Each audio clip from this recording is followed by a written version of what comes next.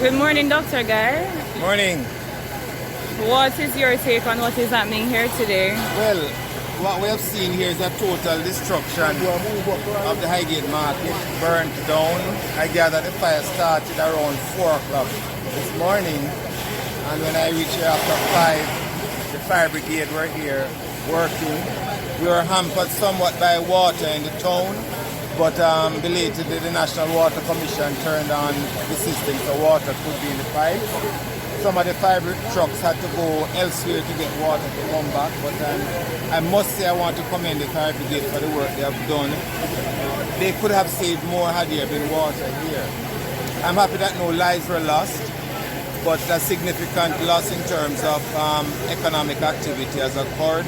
A lot of vendors have lost their goods because, you know, this is a Friday into Saturday when there is a bulk of trafficking through the market. But it's gonna need some urgent action.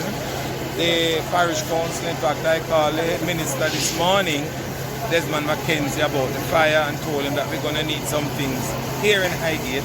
And I mean, we could also add that we need a fire station that we have been asking for many years now to be located in Highgate. But as I said, a lot of people are going to suffer as a consequence of this.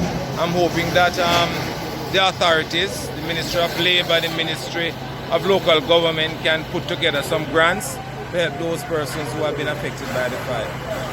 Thank you.